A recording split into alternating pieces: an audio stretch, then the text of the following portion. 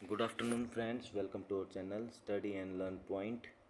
ठीक है, I hope आप सभी अच्छे होंगे। और जैसा कि हम आपको पता है, क्लास 9th हम कंप्लीट कर चुके हैं और आज से हम क्लास 10th एनसीईआरटी स्टार्ट करेंगे। क्लास 10th की एनसीईआरटी का फर्स्ट चैप्टर का नाम है पावर शेयरिंग। इसके बारे में हम थोड़ा थोड़ा डिटेल्स पहले भी पढ़ चुके हैं, तो इस वीडियो को हम कंप्लीट करने की कोशिश करेंगे। मैंने हाईलाइट कर रखा है पोर्शंस को जो इम्पोर्टेंट हैं, फिर भी हम कोशिश करेंगे कि 2 वीडियो में कंप्लीट मैं करा दूं। मेरी कोशिश यही रहेगी।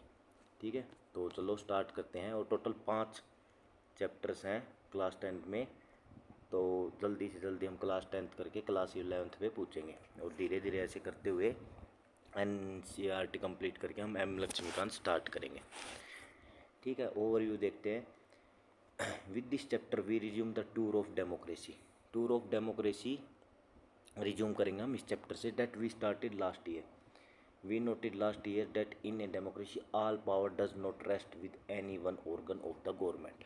तो आपको पता है कि पावर्स एक ही ऑर्गन्स के पास नहीं होती। ऑर्गन्स क्या होते हैं, जैसे लेजिस्लेचर, एग्जीक्यूटिव, ये टाइप के ऑर्गन्स, इनके एक ही के पास पावर नहीं होती। An intelligent sharing of power among legislature, executive and judiciary is very important to design of a democracy. Design of democracy के लिए ये तीनों पावर का शेयर करना तीनों के पास ज़रूरी होता है। In this and next 2 chapter we carry this idea of power sharing forward. We start with 2 story from Belgium and Sri Lanka. तो इसमें 2 स्टोरी ली जाएंगी, कैसे बेल्जियम में पावर शेयरिंग की और कैसे श्रीलंका में पावर शेयरिंग की, और उन दोनों का एंड रिजल्ट क्या रहा। Both the story are about how democracies handle demands for power sharing. The story yield some general conclusion about the need of power sharing in a democracy. तो क्या होता है, पावर शेयरिंग करना ज़रूरी होता है अगर डेमोक्रेटिक कंट्री रहना है किसी को। तो डेमोक्रेसी नहीं होगी अगर पावर शेयरिंग नहीं करेंगे। This allows us to discuss various forms of power sharing that will be taken up the following 2 chapters. तो पावर शेयरिंग का नेक्स्ट 2 चैप्टर के बारे में हम पावर शेयरिंग के बारे में पढ़ेंगे। ठीक है, ये देखिए बेल्जियम एंड श्रीलंका का एग्जांपल देखते हैं। बेल्जियम एक स्मॉल कंट्री है, ठीक है, जिसकी बाउंड्री किस किस से लगती है, France, Netherlands, Germany and Luxembourg. ठीक है, जिसमें कि 59% पॉपुलेशन स्पीक डच है एंड 40% पीपल फ्रेंच बोलते हैं। ठीक है, 59% ये याद रखिए, 59% तो क्या बोलते हैं, डच, और 49% फ्रेंच। तो फ्रेंच बोलने वाले क्या हुए, कम। ठीक है, फ्रेंच बोलने वाले क्या हुए, कम। एंड 1% जर्मन्स, 1% जर्मन्स है। In the capital city Brussels, Brussels में 80% पीपल स्पीक फ्रेंच। तो ब्रुसल्स में ये उल्टा लगा लीजिए अब, ब्रुसल्स में फ्रेंच बोलने वाले पीपल्स ज़्यादा हैं, वाइल 20% डच स्पीकिंग है। द माइनॉरिटी फ्रेंच स्पीकिंग, तो अब माइनॉरिटी कौन हुआ, फ्रेंच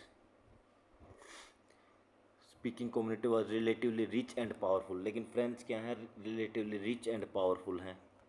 ठीक है, Dutch speaking people constitute a majority in the country but a minority in the capital. Dutch speaking people majority in the country, ये तो majority में तो है country but minority in the capitals, लेकिन ये minority में है capitals में। जैसा कि मैंने बताया, वहाँ पे जो इसमें जो इनकी कैपिटल सिटी है वहाँ पे क्या हो गया, ब्रुसल्स में उल्टा है आंकड़ा। तो एक बार फिर से समझने की कोशिश करिए। 59 तो डच हैं, 49 फ्रेंच है, ये है पूरी कंट्री का सिनेरियो। अब 59% डच हैं तो मेजोरिटी में कौन आ गए कंट्री में, डच। लेकिन यही ब्रुसल्स इनकी राजधानी देखें, वहाँ पे ये माइनॉरिटी में है, और फ्रेंच मेजोरिटी में 80% है फ्रेंच, 20% डच हैं ब्रुसल्स में। ठीक है, तो ये उल्टा हो गया यहाँ पे, वहाँ पे ब्रुसल्स में राजधानी जो इनकी कैपिटल है वहाँ पे उल्टा हो गया, फ्रेंच मेजोरिटी में, और ये रिच और पावरफुल भी है फ्रेंच। ठीक है, तो ये इस का क्या हो गया, बेल्जियम का एक वो दिखा दिया हमें कि भाई बेल्जियम में क्या सिनेरियो है पॉपुलेशंस का। अब एक श्रीलंका का एग्जांपल दे रखा है। Sri Lanka has a diverse population, Sri Lanka की भी डाइवर्स पॉपुलेशन है। सिन्हला स्पीकर्स 74% है, 74% सिन्हला जो कि एक बुद्धिस्ट धर्म को फॉलो करते हैं। तमिल 18% है, ठीक है, 18% तमिल हो गए।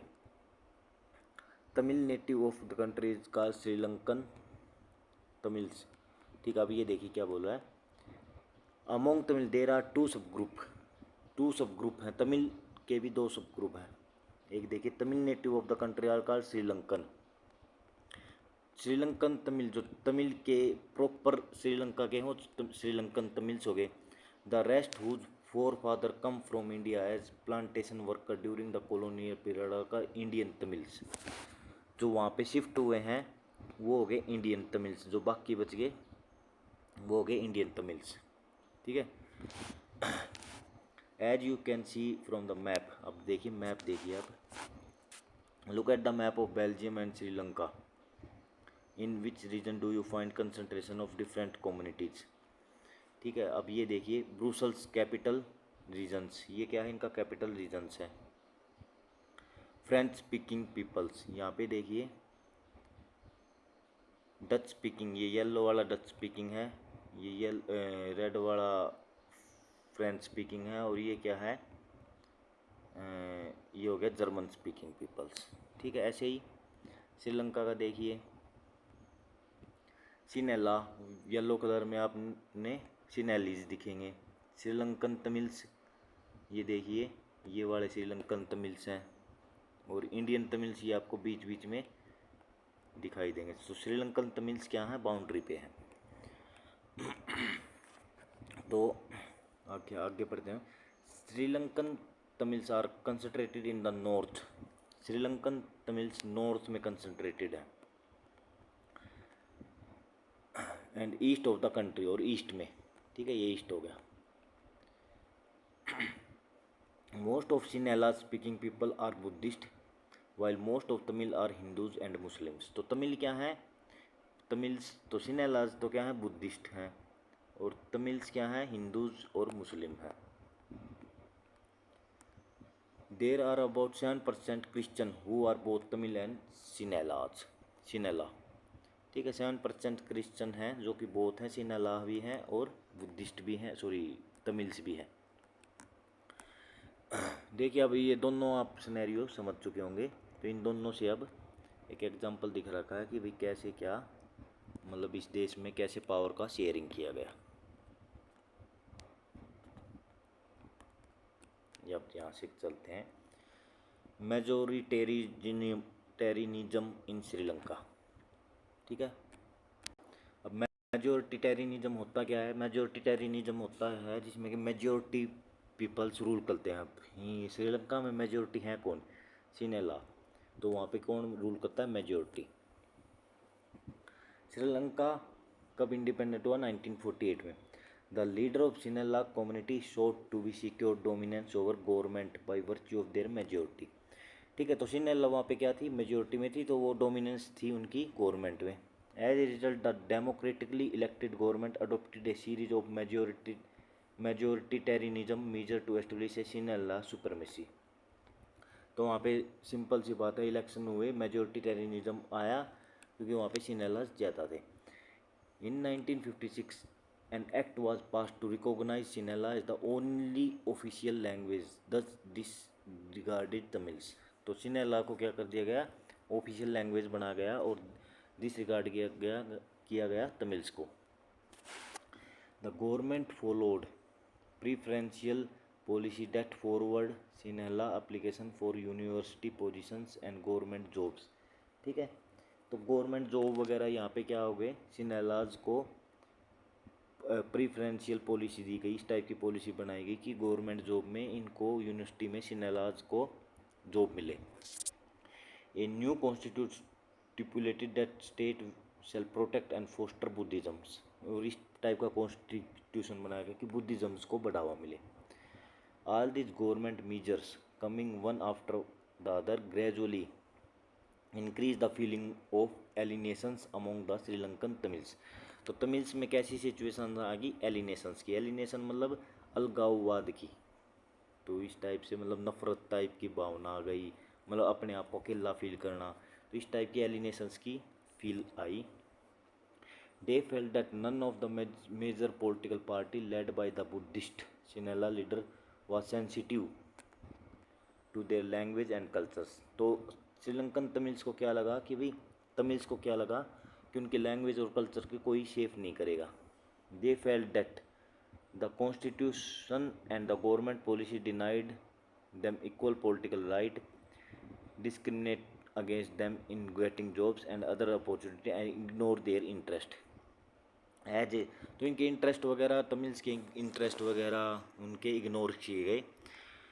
As a result the relation between the Sinhalas and Tamil community strained over time. ठीक है, तो उनके बीच में मतलब अच्छा रिलेशंस रहा नहीं, किस किस के बीच में, सिनेला और तमिल्स के बीच में।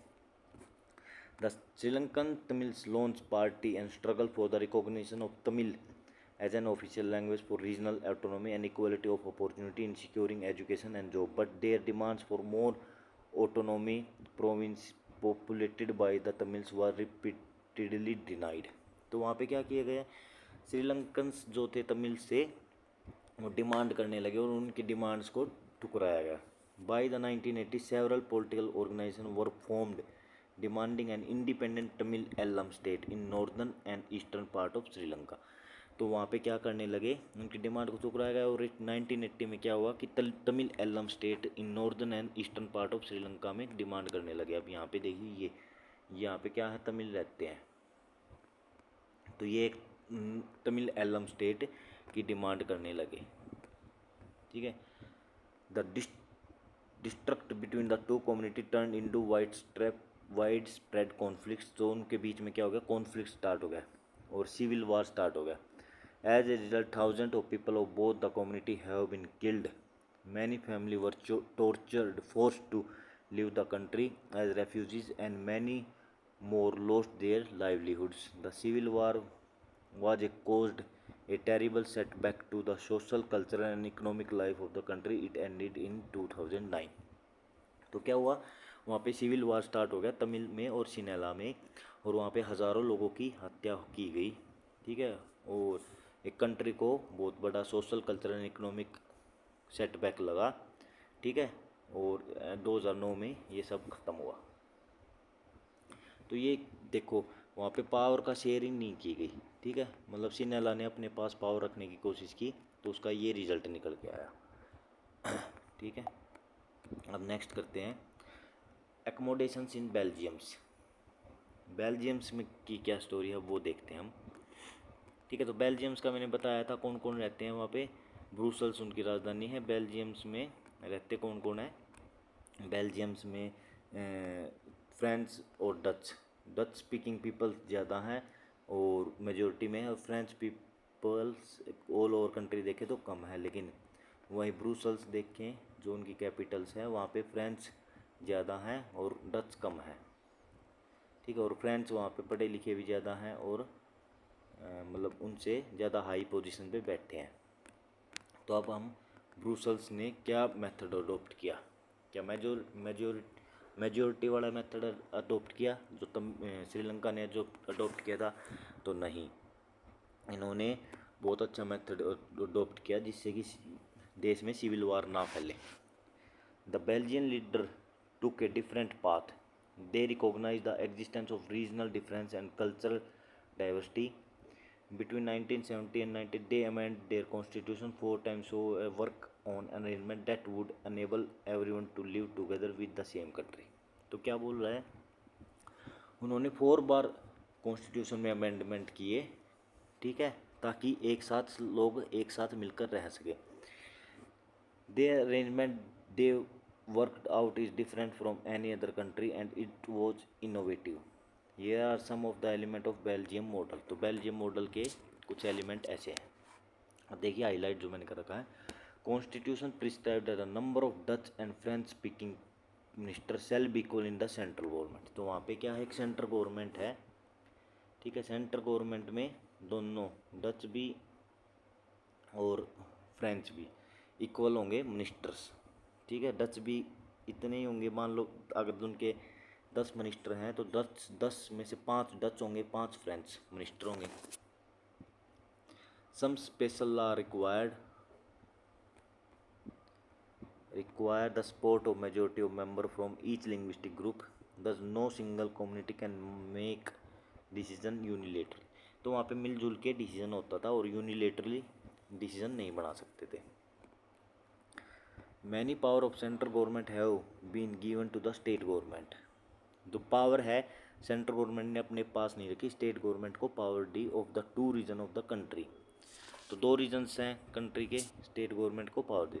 The state government are not subordinate to the central government. और स्टेट गवर्नमेंट को पावर इतनी है कि वो सबॉर्डिनेट नहीं है सेंट्रल गवर्नमेंट की। नेक्स्ट देखिए, Brussels had separate government in which both the community have equal representation. The French speaking people accepted equal representation in Brussels। तो फ्रेंच लोगों ने क्या किया, ब्रुसेल्स में इक्वल रिप्रेजेंटेशन दिया। Because the Dutch speaking community has accepted equal representation in the central government. क्योंकि central government में उन्होंने एक्सेप्ट किया था, तो वैसे ही ब्रुसेल्स में भी उन्होंने एक्सेप्ट किया। मतलब एक दूसरे का मतलब सिम्बायोटिक रिलेशन इन्होंने बनाया। मतलब उसने उसकी हेल्प की तो उसने उसकी फ्रेंच ने डच की हेल्प की, इक्वल रिप्रेजेंटेशन माना, तो डच ने भी फ्रेंच में इक्वल रिप्रेजेंटेशन माना। नेक्स्ट देखिए, apart from central and state government there is a third kind of government. एक गवर्नमेंट और बनाई, दिस कम्युनिटी गवर्नमेंट। एक कम्युनिटी गवर्नमेंट होती है, is elected by people belonging to one language community, Dutch, French and German speaking. No matter where they live, the government has the power regarding cultural, education and language related issue। तो एक third type की government भी बनाई जो कि किस type के issue को संभालती है, कल्चरल, एजुकेशन और लैंग्वेज रिलेटेड इशू को। ठीक है। You might find the Belgium model very complicated. It indeed is very complicated even for people living in Belgium, but these arrangements have worked well so far। अभी क्या बोल रहा कि अब बेल्जियम मॉडल आपको बहुत हार्ड लग रहा होगा कि वहाँ पे 3 टाइप की गवर्नमेंट्स बनाई गई, कम्युनिटी गवर्नमेंट्स। आपने जहाँ तक पॉलिटी इतने टाइम से पढ़ा रहा हूँ आपने सुनी नहीं होगी, लेकिन इंडीड इट वेरी कॉम्प्लिकेटेड होने के बावजूद भी ये मॉडल बहुत अच्छे से काम कर रहा है। They help to avoid civic strife between the two major community and a possible division of country on linguistic lines। ठीक है। तो वहाँ पे कोई भी मतलब दोनों के बीच में खाई नहीं है, दो जो फ्रेंच और डच हैं उनके बीच में अच्छे रिलेशंस है। Which many country of Europe come together to form the European Union। Brussels was chosen as its headquarter। तो हेडक्वार्टर क्या है यूरोपियन यूनियंस का, ब्रुसेल्स में। ठीक है, बेल्जियम की जो राजधानी है।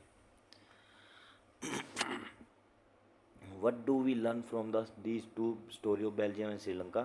Both are democratic country हैं। ठीक है, yet they dealt with the question of a power sharing differently। In Belgium the leader have realized that the unity of the country is possible only by respecting the feeling and interest of different community and region।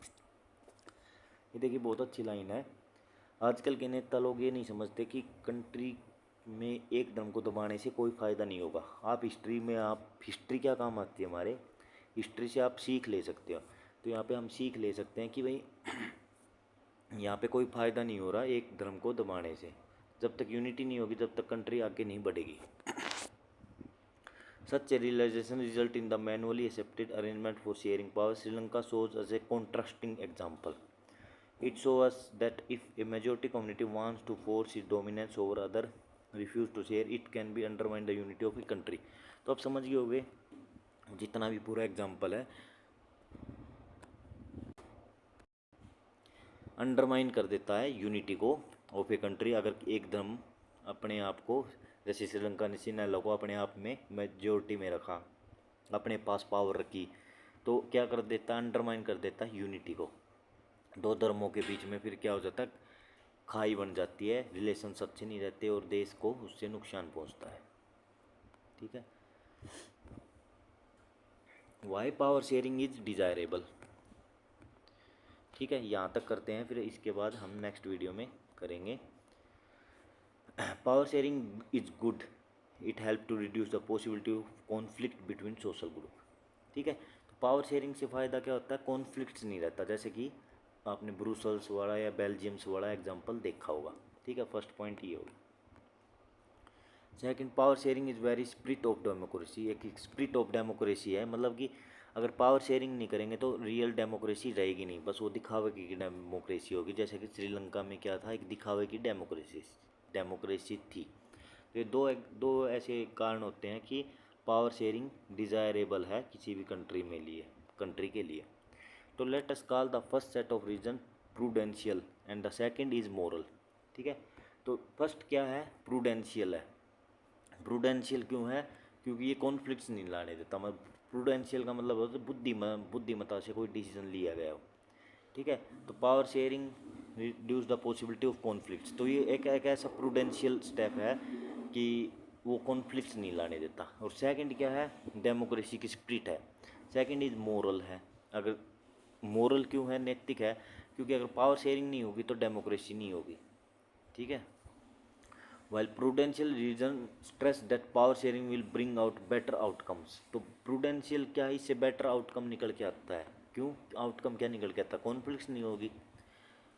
and moral reason emphasize the very act of power sharing is valuable, और यहाँ पे क्या है, power sharing एक valuable है। क्यों valuable है, क्योंकि इससे क्या आती है, डेमोक्रेसी, और डेमोक्रेसी क्या है, एक वैल्यूएबल हथियार है। तो पावर शेयरिंग से क्या निकल के आता है, एक वैल्यूएबल चीज़ निकल के आती है। तो इसलिए पावर शेयरिंग इम्पोर्टेंट है।